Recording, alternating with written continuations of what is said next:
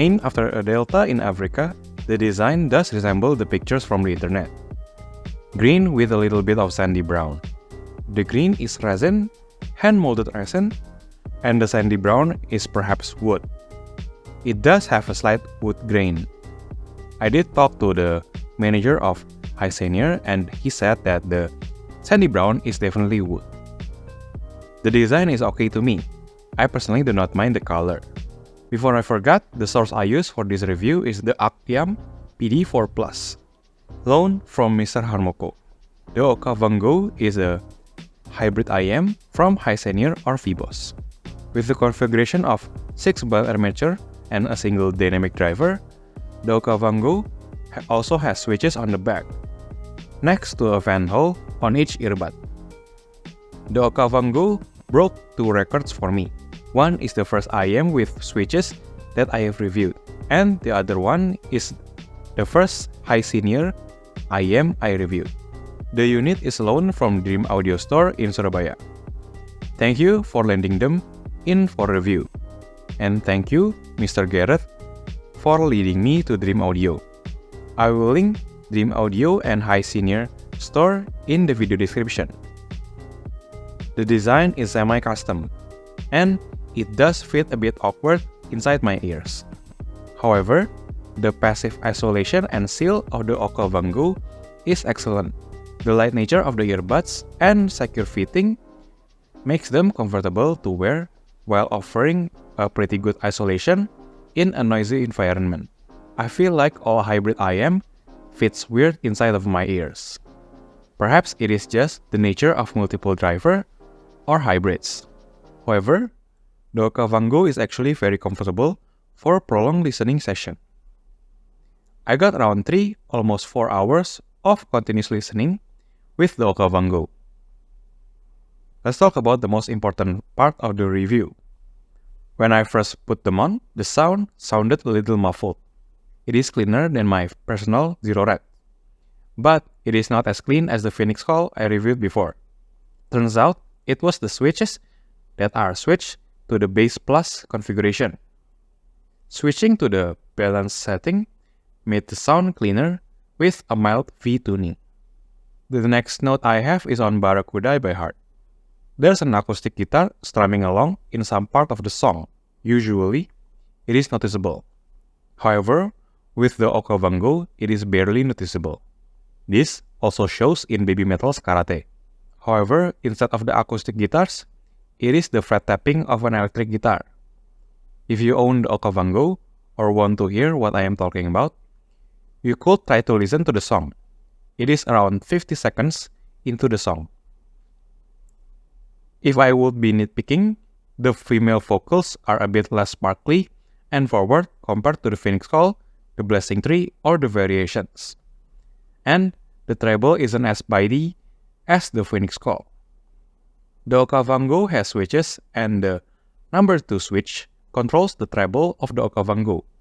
With the switch turned on, it feels like the treble gains more power while continues to be non-fatiguing. However, I feel it is still not forward enough. Since we started with the treble performance of the Okavango, let's now talk about the mids performance. Personally, I don't have any notes about the mids. It sounded lush and good most of the time. Coming from something with a significant mid scoop, I find the Okavango is more versatile than the Phoenix Call. The Okavango works really well with a lot of metal and rock tracks. The bass performance of the Okavango is what you expect from a V-tune IM. Personally, I find the bass performance of the Okavango helps a lot, creating a sense of wide soundstage. However, it is not all sunshine and rainbows, as the sub-bass of the Okavango feels slightly lacking from what I prefer. The kick drums, in my opinion, are not defined enough to what I am used to. However, this is probably another nitpick as I enjoy the versatility of the Okavango.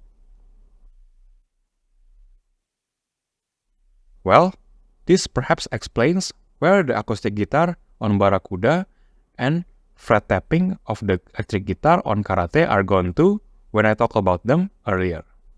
My theory is that the Okavango is actually designed to be a stage IM, where it is aimed to be extra comfortable and not fatiguing for long sessions. The 4K to 6K dip may be an attempt by HiSenior to reduce the chance of treble fatigue in that scenario.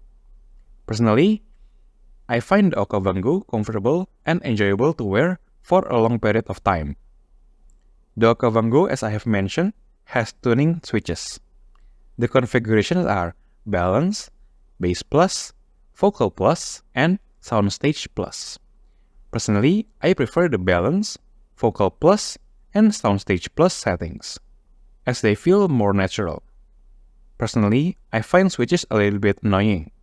However, I think I won't be messing with them too much, as I feel like I don't need to switch the settings around every time I'm listening to a certain genre or something. Although, at the same time, I feel like the inclusion of options are good for the user. The number 1 switch looks to be used to control the bass response of the Okavango, while the number 2 switch, as mentioned, controls the treble response. I may have cheated a bit and looked at Tone Deaf Monk's graph for the Okavango, and the reason why I found the Bass Plus configuration to be a bit too much because of the lack of treble on the Bass Plus setting, where the bass response slightly overpowers the treble response.